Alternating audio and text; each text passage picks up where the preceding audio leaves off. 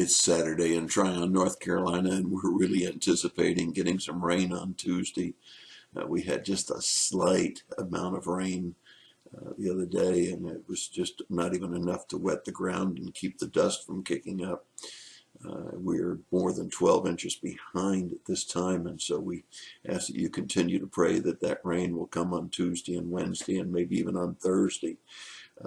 We really need a lot of rain, and it'll help put out the fires that are to the south and to the north of us that have been making the atmosphere very smoky.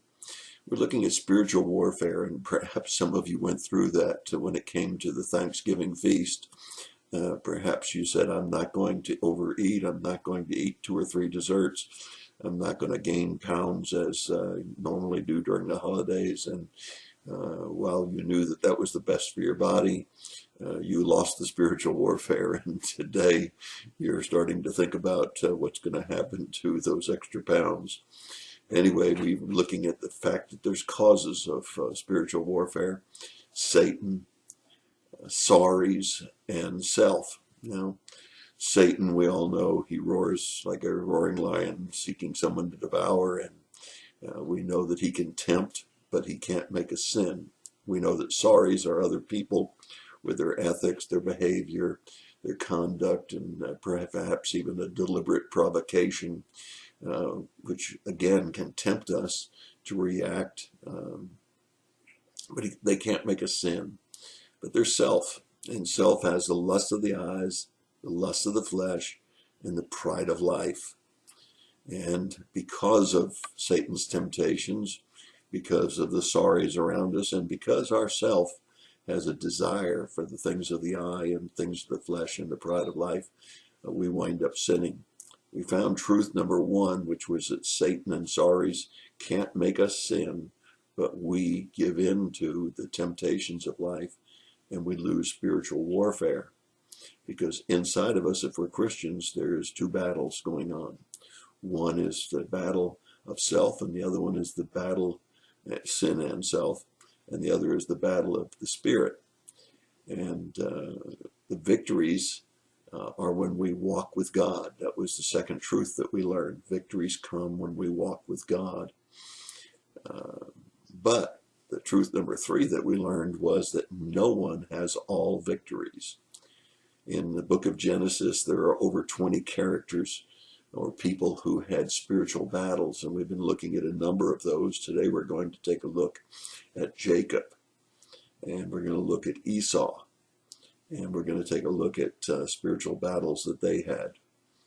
First, in Genesis chapter 25, verses 29 through 32, we find there's a lust of the flesh on the part of Esau.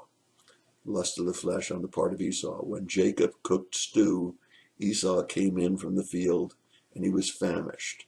That means he was really hungry.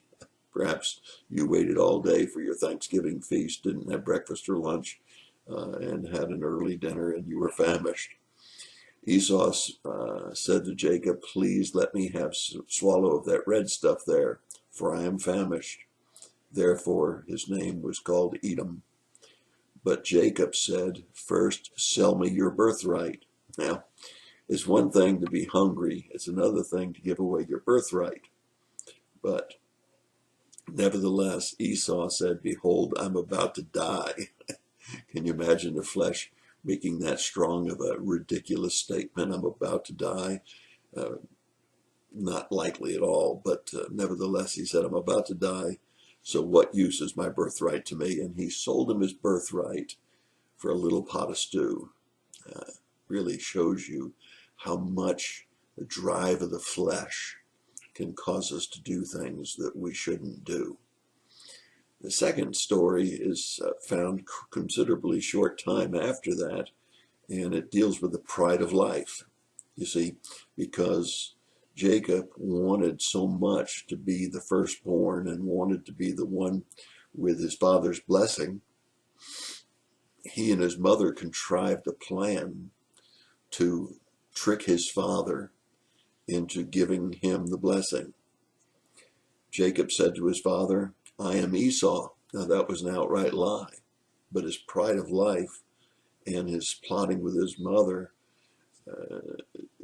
caused him to make this lie to his own father, and fed his father some stew, convinced his father that he was Esau.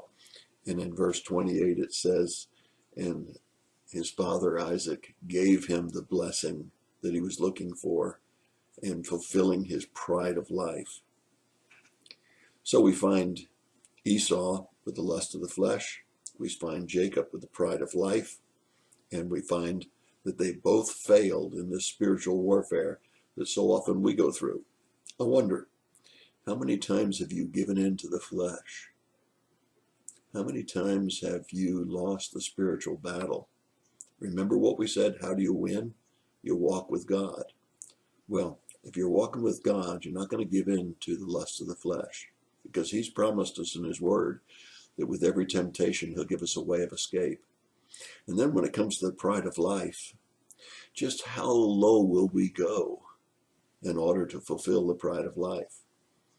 How much trickery, how much deceit, how many ethics will we bend? How much honesty will we part with in order to fulfill our pride of life? Think about it. How many times have you done things that you shouldn't have done to protect your pride and to establish your so-called self-worth? That's your thought for the day. I hope that you'll cut back a little bit on the goodies and that you'll not have to fight the scales with the spiritual battle of obesity. Nevertheless, I hope that you had a great Thanksgiving. Hope you enjoyed your family and hope you counted all your blessings. That's your thought for the day.